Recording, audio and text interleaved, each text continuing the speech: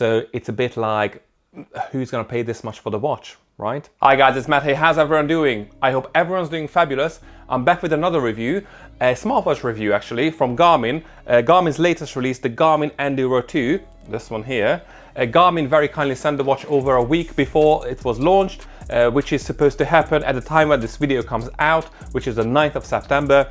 And I've got to play around with the watch for, I think it's 6 days at a time when I'm recording this video. So it hasn't been an awful lot of time. So this is hence why this is a first kind of glance review of the watch, as opposed to a full review, which is going to come in a couple of weeks time.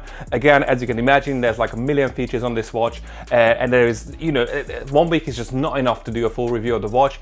So I thought I'm gonna just present you guys with 5 things I really like about the watch, 3 things that I could live without on the watch, and give you a bit of like an overview of what is the Garmin Enduro 2. Just a little disclaimer before we go any further. As I said, Garmin sent over the watch, but they haven't got a say in what goes into this review, or any other reviews that I write for that matter. They're really nice from this, from any perspective, but they're especially nice that they're happy for me to cover the watch, and I don't have to say nice things about the watch. If I don't have to say nice thing about the watch, although I will say nice things, but I will also say not nice things about the watch, because there are some drawbacks of getting an Enduro 2, which I'm going to get in the second part of this review.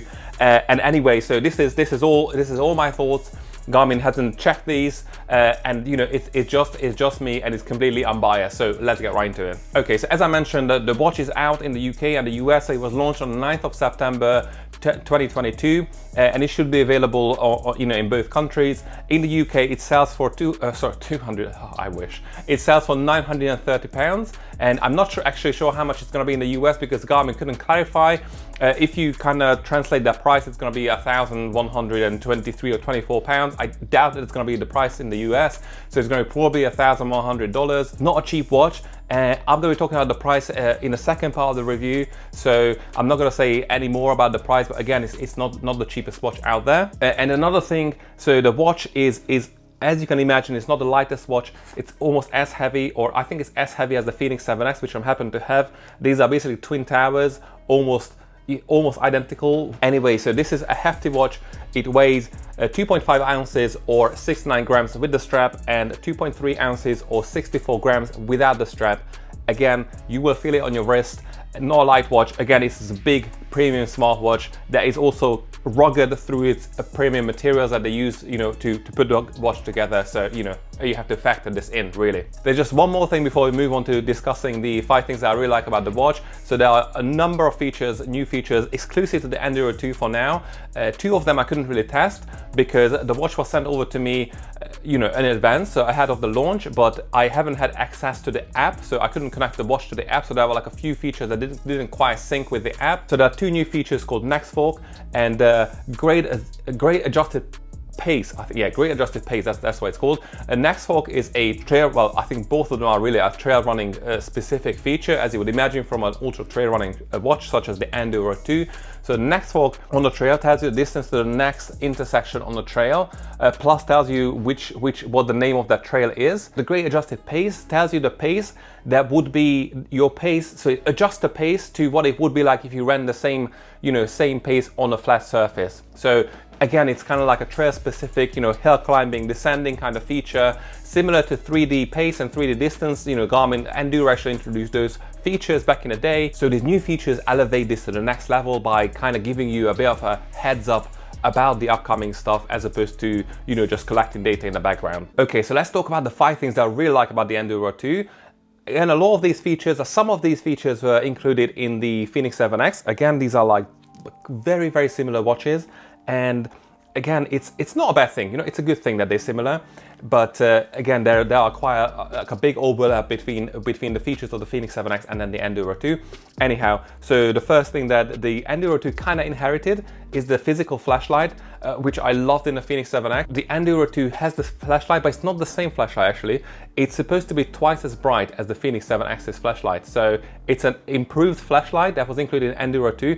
And again, you got the same sort of strobing effect as well. So when you swing your arm forward, it flashes white. And then when you swing your arm backward, it flashes red. So again, this feature is on the watch. And the second thing I really like about the Garmin Enduro 2 is its battery life. More specifically, its GPS battery life. As you can imagine, Garmin improved the battery life. strangely enough, the smartwatch battery life actually decreased quite significantly. So it went from like 65 days with solar to 46 days with solar. So it's a big drop in the smartwatch battery life. I believe it's probably all the extra health and fitness features that are included in the watch. And again, I think it's probably the reason why the 955 solar as battery is not quite as impressive as I would thought it might be. But anyway, so the GPS battery life, however, went from 80 hours worth of GPS tracking on the Enduro 1 to 150 hours of GPS tracking on the Enduro 2, which is insane. If you think about it, like, as nearly twice as long, it lasts nearly twice as long in GPS mode than the Enduro 1, and that was already pretty crazy. If you track a lot of GPS activities outdoors, this is your watch. I mean, you're not gonna find anything remotely as capable for tracking outdoor activities. And again, better still, the Enduro 2 uses the new multi-band, multi-system GNSS. So it has access to multiple satellite systems, and it can use multiple bands as well to to improve accuracy as well. So it's pretty impressive that with that it manages to get 150 hours worth of battery life out of the watch. The next thing that I really like about the Enduro 2 is kind of connected to this GPS battery life, and I think it's probably partially the reason why the GPS battery life is so impressive, is the Set IQ feature or technology. So Set IQ is a new feature that is being rolled out to, well, it's at the moment it's exclusive to the Garmin Enduro 2. So what it does is automatically switches between multi-band and single band and different satellite systems depending on your location to save battery, but also don't compromise accuracy. So as opposed to setting the watch to max accuracy mode, you can just set it to this automatic Set IQ mode, and it will, if you're out in an open field, it might just use a single band system to save battery, because obviously it can access all the satellites. But if you go into a more urban area with tall buildings, it might switch back to the multi-band GNSS. So it can, and it does it all automatically. So it's pretty impressive. And again, I think it's partially the reason why the GPS battery life is so good, why smartwatch battery life actually decreased, because again, Garmin worked out the way to make use of the multi-band GNSS without completely draining the battery, which is pretty impressive. So that was the third thing. The fourth thing that I really like about the Garmin Enduro 2 is that it has maps finally. So it has preloaded topographic maps and ski maps, just like the Fenix 7X. Sorry, I keep on referencing the Fenix 7X, but it's again, very, very similar to the 7X. It was something that was missing from the Enduro. The original Enduro didn't have maps, but now there are maps. Obviously they're preloaded, so you can use it straight out of the box for navigation. And there's a bunch of it can navigate you back around and do this and do that. Again, preloaded maps, you can use it to hard content for anything if you want to. And last but not least, the fifth thing that I really like about the watch is that it has touchscreen.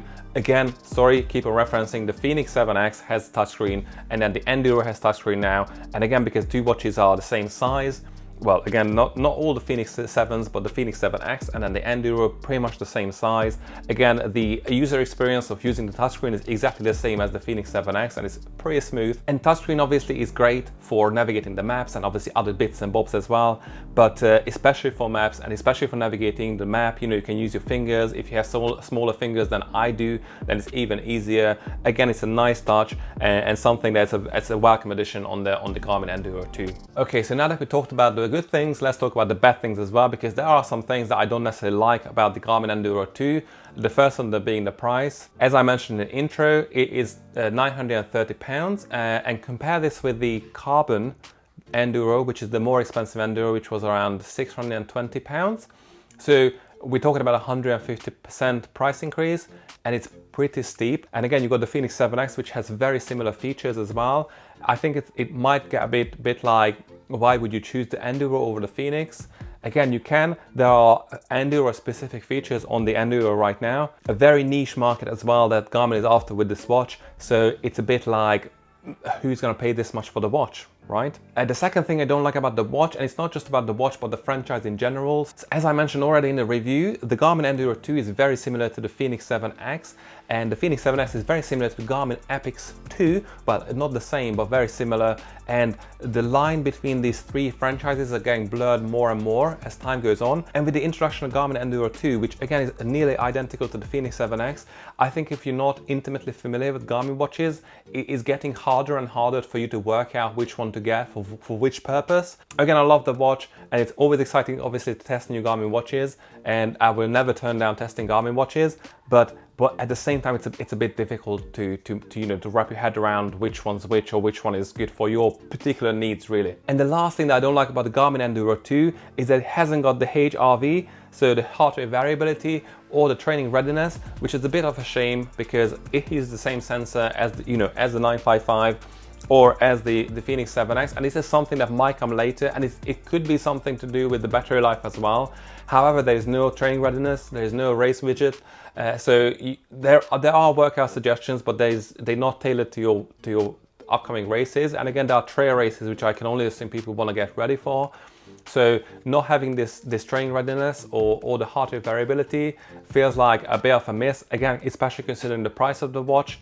I would have loved to see you know, these stats on this watch as well. I can't tell that it might come later for all I know, but it's not on it just yet, which is a bit of a shame, but hey, what can you do, right? So that was it for today, guys. I hope you enjoyed the review. Again, it was just like a first look at the watch really, because I haven't had a lot of time to play around with it. I just went for, you know, went for a swim, went for a couple of runs. There's a lot more hiking and cycling and everything else to be done with the watch, so I can test all the features as well. I'll try to get the review up in the next couple of weeks. I think I'm gonna need at least that kind of 3-4 weeks to test the watch properly. But you know, this is you know, this is super exciting. I mean, I do like the watch quite a lot. It's getting harder and harder for me to well, it sounds strange, but to like the Fenix 7X, because there is like a better watch in town essentially, with you know, with the same GPS, the same heart rate sensor, the same solar harvesting power glass, but more features, better flashlight. So, and again, similar price. So I think at the moment I'm kind of leaning towards the, you know, the Enduro 2 over the Fenix 7X, but we'll see after, you know, I'll give it a few weeks to see how it goes, and I'll report back with my findings. As always, guys, thank you very much for watching. If you like the video, please consider leaving a like, and you know, consider subscribing, because again, there's the full Enduro review coming. I got the Saucony Endorphin Pro 3 review coming as well, and obviously a bunch of other reviews and how-tos and tutorials and whatnot. So please stay tuned for that. Thank you very much for watching, guys. You have a lovely day, and I shall see you soon. Bye.